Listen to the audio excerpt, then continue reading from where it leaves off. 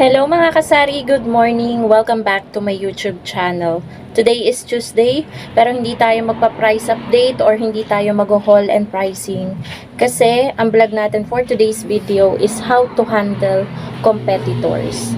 Yan, meron lang guys dumaan. So, paano nyo nga ba hinahandle yung mga kakompetensya nyong tindahan sa inyong sari-sari store? So, hindi naman po mawawala sa isang negosyo. Kahit ano pa mang negosyo, kahit kung ano-anong negosyo, parati tayong may kakompetensya. So, paano nga ba natin hinahandle ng maayos yung ating mga kakompetensya nang hindi naaapektuhan yung ating sariling negosyo? So, yan po yung pag-uusapan natin mga kasari, kaya po magsimula na po tayo. Una, paano nyo ba hinahandle? Madali lang yan mga kasari. Kasi meron kasing iba't ibang ugali ng kakompetensya. Merong mga kakompetensya na competitive, talagang kapag may nakita na bago sa tindahan mo, is gagayahin nila kung ano yung itinitinda mo. Like, for example, naglagay ka ng panibagong mga merienda, ganyan.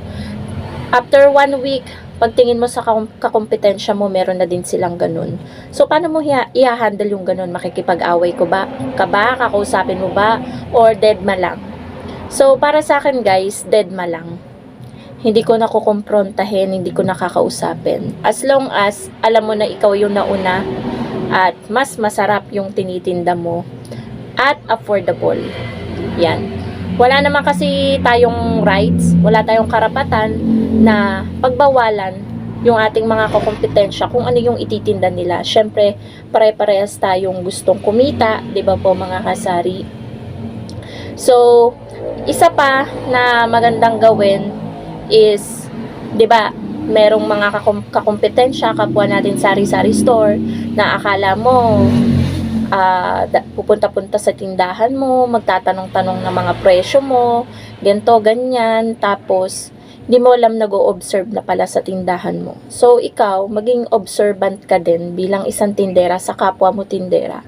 For example, merong isang tindera na pumupunta dito palagi. So, minsan, kapag wala yung item, kailangan niya yung item, dito siya bumibili. And kapag nalaman niya na mas mura yung bentahan ko ng 3 pesos, 2 pesos, 5 pesos, lagi niyan sinasabi guys. Wait lang. Lagi niyan sinasabi mga kasari na, gawin mo na rin ganyan yung bentahan mo para parehas tayo. Gawin mo na rin 75 pesos yung bentahan mo. So, hindi naman pwede yun, di ba? Diskarte ko yun eh. Kung magkano ko pepresyohan yung aking mga paninda.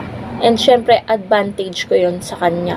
Para mas may pumunta sa akin na mga customer. Hindi naman pwede yun na kung ano yung presyo niya gagayahin ko. Kaya nga tayo may sari-sariling desisyon, di ba? Sa buhay, desisyon kung paano natin pepresyohan yung ating mga paninda.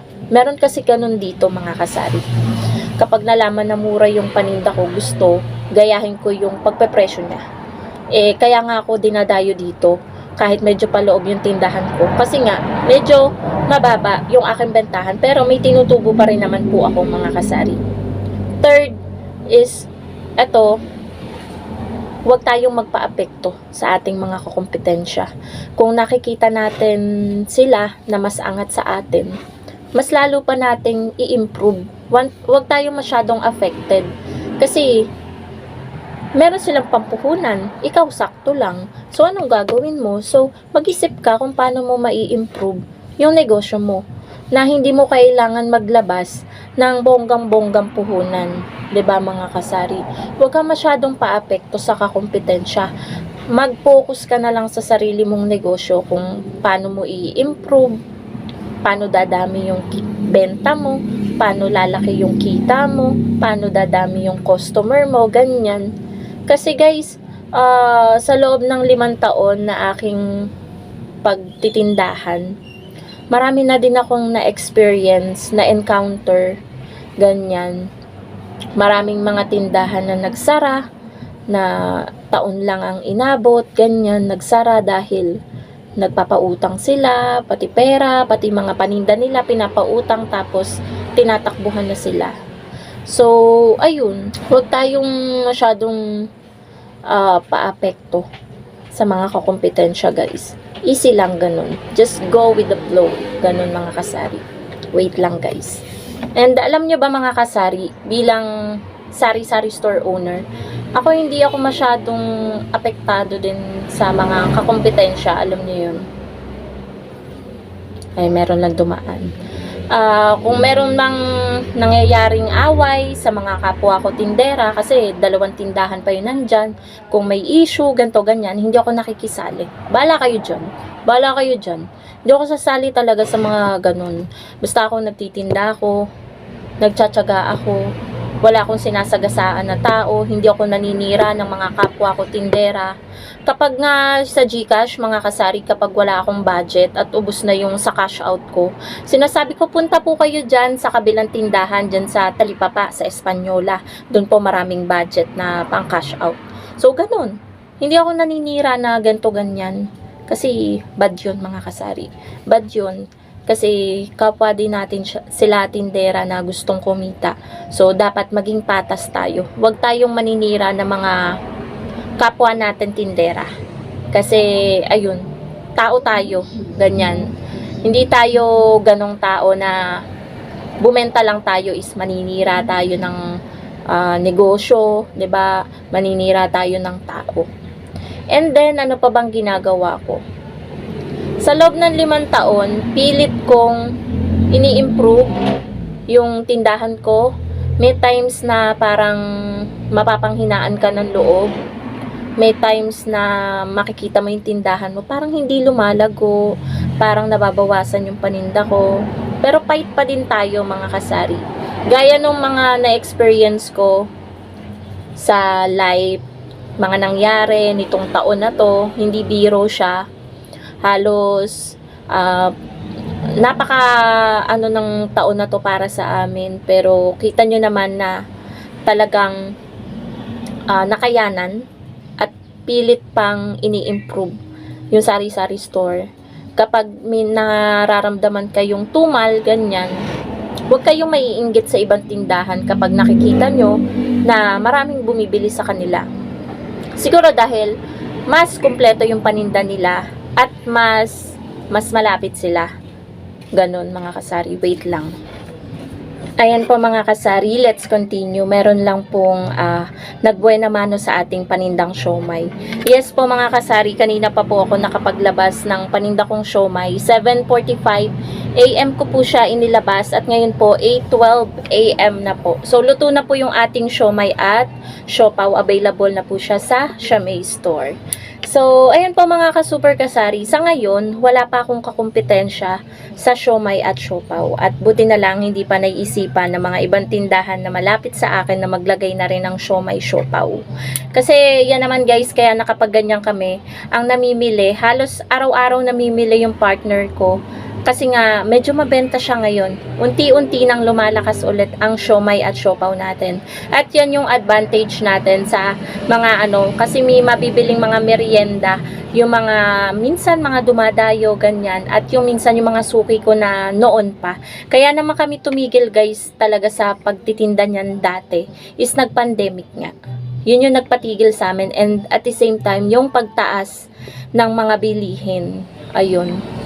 So, ano pa ba ang masasabi ko? How to handle competitors. Wala naman talagang method talaga na ganyan kung paano nyo i-handle yung kakompetensya nyo. Ako kasi hindi ko masyadong pinapansin yung mga kakompetensya ko. Kasi iniisip ko na lang na parang ako lang yung may tindahan, ganyan. Parang hindi ko iniisip na may kakompetensya ako, hindi ako affected. Siguro nung unang taon ng aking pagtitinda. Kasi alam nyo naman, 'di ba, ang liit lang ng puhunan ko. Talagang kung ano lang yung pera na hawak ko, yun lang yung pampamili ko kasi nga papalaguin ko pa. So, ayun, nung may nagtayo after 1 year, wala pa yatang 1 year, may nag-isip na kompetensya sa akin, which is hindi rin iba sa akin, pero wala silang narinig na salita sa akin. Nalaman ko na lang nagpapagawa na ng tindahan. So, ayun, dati mo lang na customer pero sa kapwa mo na tindera ngayon. So, wala sila narinig sa akin. Okay, magtayo ka ng tindahan, wala naman akong magagawa. Mas marami naman kayong pera kaysa sa akin. So, in-improve ko na lang yung sarili ko and then yung sari-sari store ko. Yun lang naman guys, yung tamang method or tamang pag-handle ng kakumpetensya. Hindi naman talaga mawawala yan sa isang negosyo. As long as hindi ka nagpapa-apekto, hindi rin maaapektuhan yung sari-sari store mo. Bilang sari-sari store owner, sa'yo nakasalalay yung paglago ng iyong sari-sari store. So, yun lang po ang masashare ko sa inyo mga kasari, how to handle competitors. Simple lang po yung mga sinabi ko at malamang ay ina-apply nyo na din sa inyong sari-sari store. Ito ay parang guide na lang sa mga gusto pang magsari-sari store, gustong mag-umpisa, ganyan, na nag-aalangan sa mga kakompetensya kung kaya ba nilang tapatan.